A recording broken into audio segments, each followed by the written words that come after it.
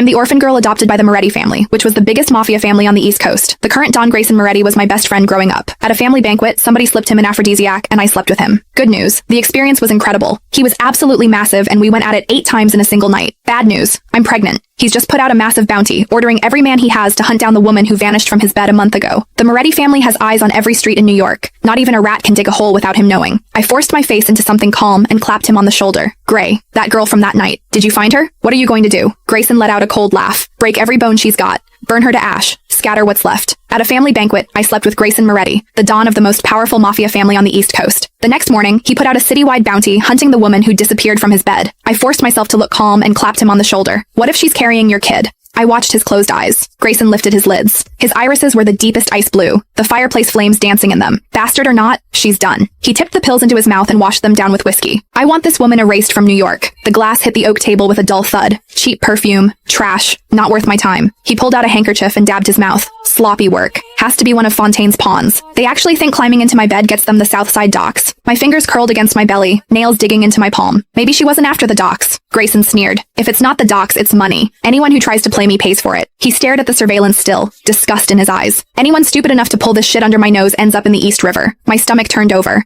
Acid rose in my throat, and I clamped my mouth shut and swallowed it back down. My esophagus burned. What's wrong? My stomach's off. I turned my head away. Grayson stood up, took the suit jacket off the back of his chair, and draped it over my shoulders. His shirt had torn open at 2 of the buttons from his earlier irritation, revealing the hard planes of his chest and the tight stretch of fabric over his cut abs. I couldn't help swallowing hard, throat suddenly dry. I couldn't help but think back to that night. I bit down hard and shook the image out of my head. Survival first. The nausea passed. I clutched the edge of his suit jacket. His gaze traveled down my face and stopped at my feet. The back of my right heel had been rubbed raw by my shoe, and blood was seeping into the leather. Grayson pulled out his phone and called Ryan, his right hand. Bring a pair of size 5 flats to the parlor. Soft soles. 3 minutes. A warmth bloomed in my chest. Was he worried about me? He hung up and dialed another number. Mia, come pick her up. Take her to the family doctor for a stomach workup. Give her 2 weeks paid leave. I don't want to see her face for a while. Mia's voice came through faintly, asking what was going on. She looked sick. It's annoying me. Right. I needed to lock in what I already knew about this man. He was cold-blooded, and he didn't go soft for any woman. Ever. Grayson hung up. Ryan came in carrying a shoebox and set the flats by my feet.